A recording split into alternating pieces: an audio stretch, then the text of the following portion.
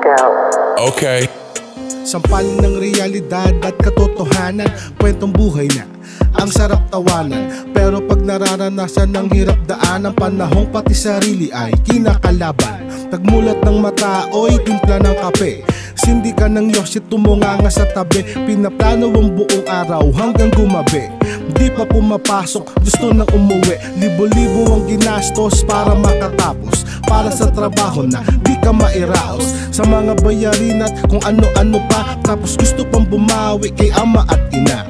Utang na loob na parang ang hirap bayaran. Hanggang kailan sisingilin sa aking kalagayan? Pinatay ko yung pangarap ko, kasi kailangan ako daw yung mag-aangat sa amin sa kahirapan.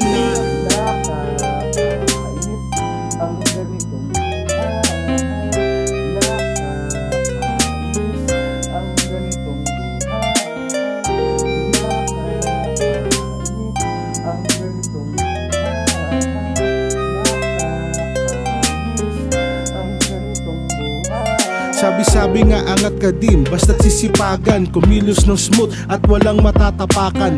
Taong di makontento kung anong nasa hapag, gusto ko pang umusad kahit isang palapag. Madaling sabihin kaso paano gagawin kung ang alat ng tadhana ko'y sinlasa ng asin? Magkaroon ng negosyo sa kita kong kusing, ang dami kong kailangan at gustong tuparin.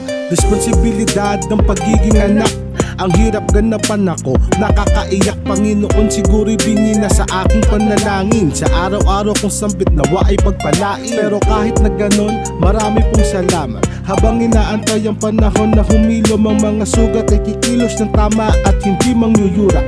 Yayaman din ako, lagi ang tinanim sa utak.